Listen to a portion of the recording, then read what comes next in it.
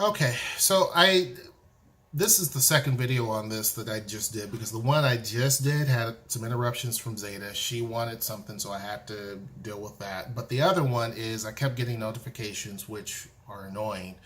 And so it was actually impacting the video. So I decided to do a whole complete different one, even though that video was like 17 minutes long. I'm going to try to make this one a little bit shorter. I don't have the comment now because the person took it down, I believe. And if not, I just don't see it.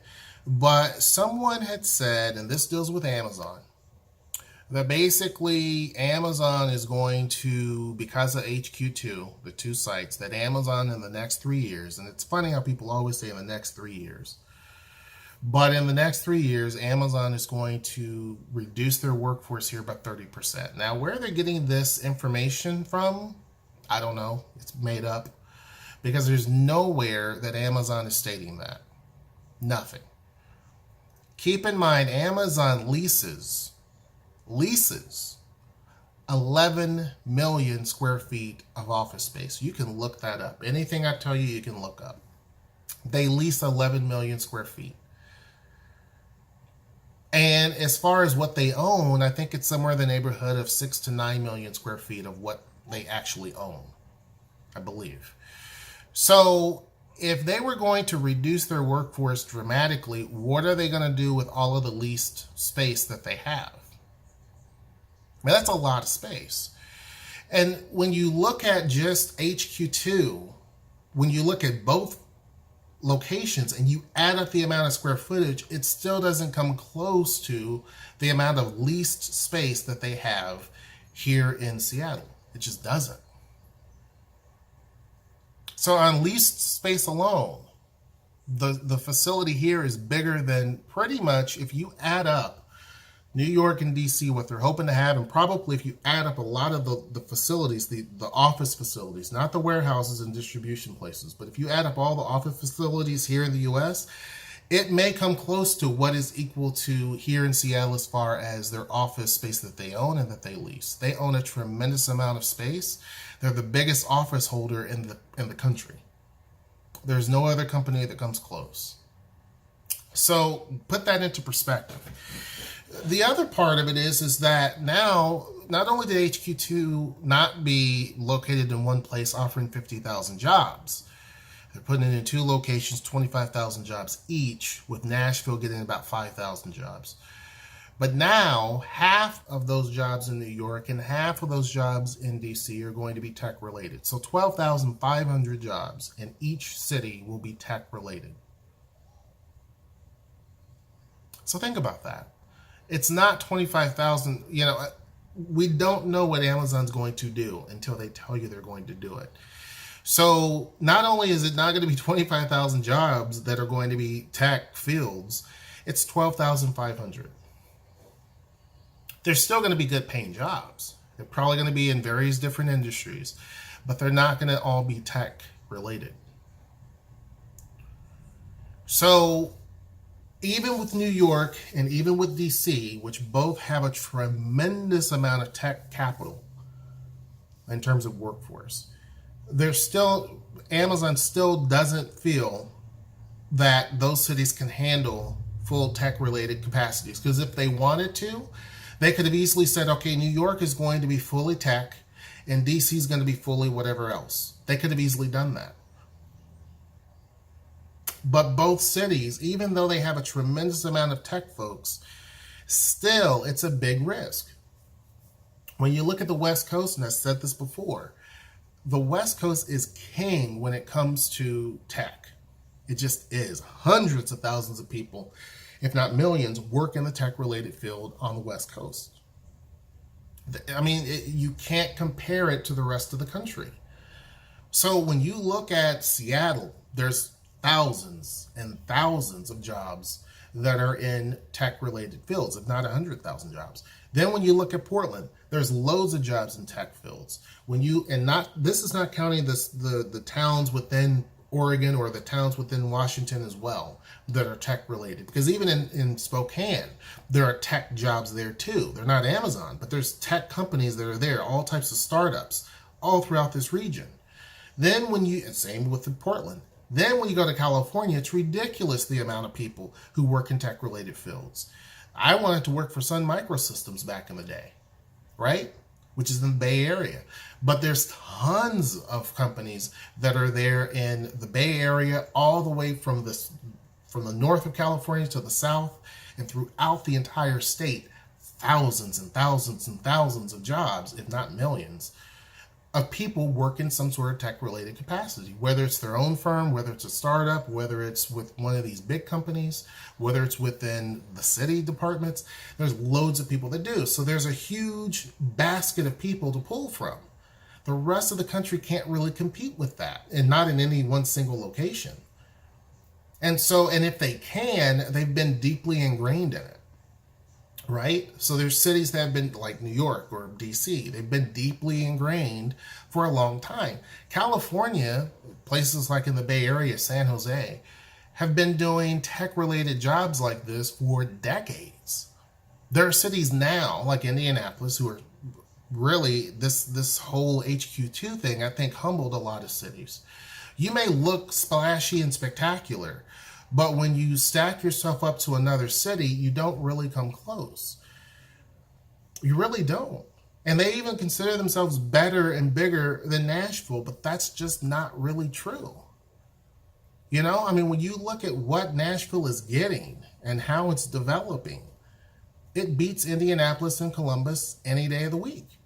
And probably the reason why some of these smaller cities were chosen was because the hub was going to be a project that was going to be specifically designed for them. The bigger cities like, New York, DC, Atlanta, and Los Angeles, they were in contention for HQ2. You could see the difference. You could see big major urban cities and then smaller cities.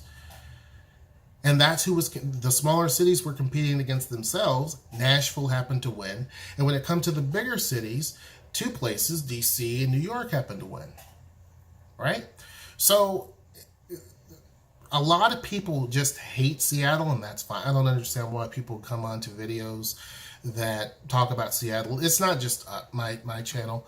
There are people here who talk about Seattle, and they have a lot of information about the city, and they tell you all the cool and fun things to do and things to watch out for and all of this stuff, and gives loads of information. Do a much better job than I do. And still, even on their channel, there are people down below in the comments just bashing Seattle. It's their freedom to do it, but it's just pointless, right? Because no one really cares. You know what I'm saying? If the video was titled, "What You Hate About Seattle," then I get it.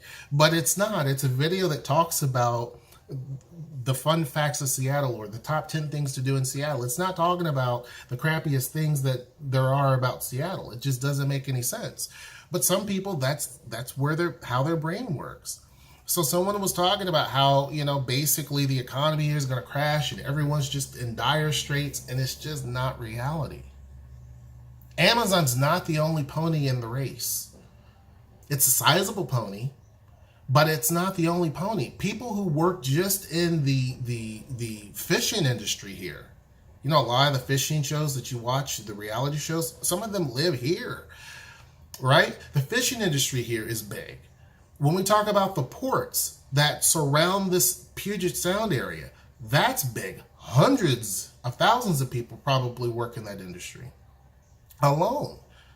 When you talk about tech jobs, yeah, Amazon's big, but you have also Google, Facebook is here, all of the other little app thingies, they're all here. They at least have an office here.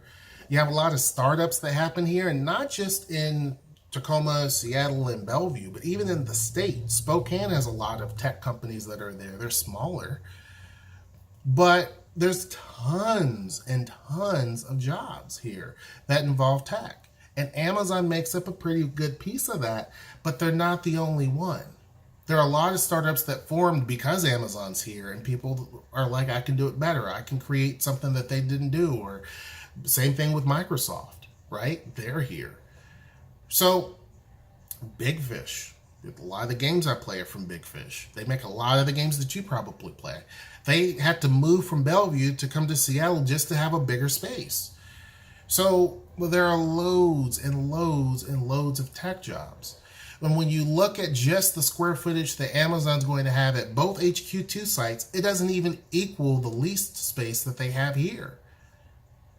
I mean, you could multiply it twice. You could put 2 full HQ2 sites there, and it still would barely come close to what they lease here.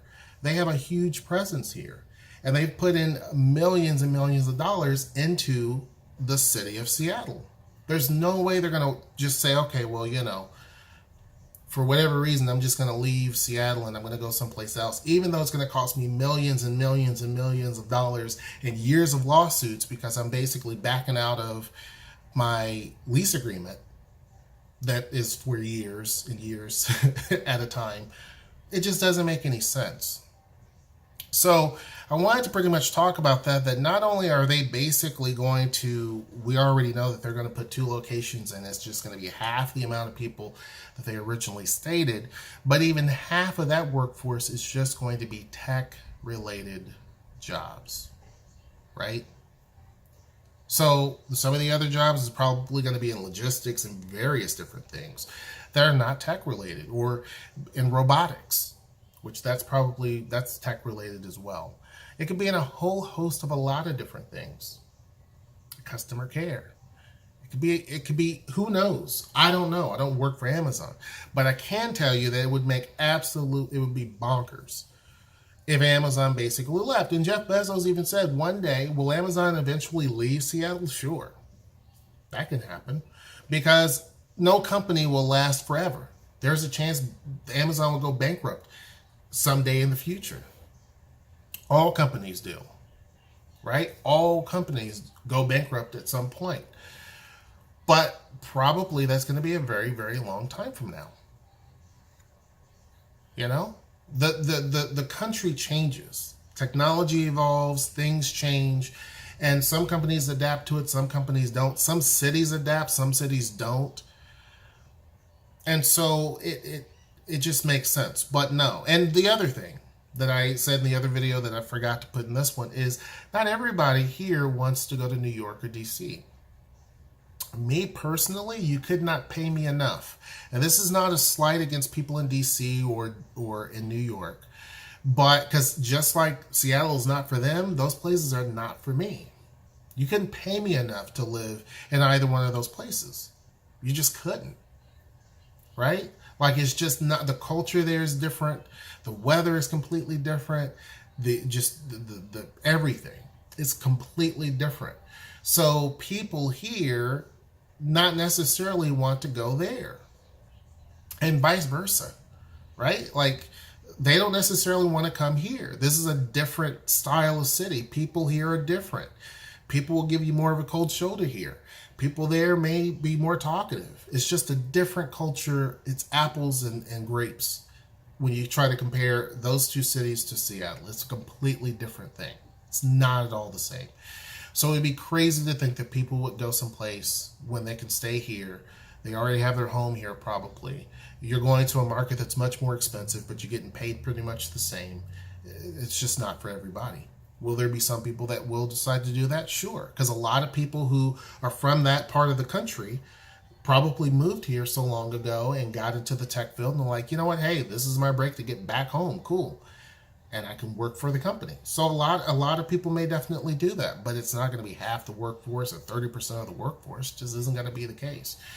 Anyhow, I hate to keep going on and on and on and on and on about it because you get it. But I hope you guys enjoy this video. I hope you guys are having a great start to the week. It is Monday. I'm still recovering from Thanksgiving because it was a lot of food that I ate. I'm not ashamed of it either. Anyhow, I hope you guys are having a great day. Make sure that you like, share, and subscribe. And until next time, I will see you. Take care.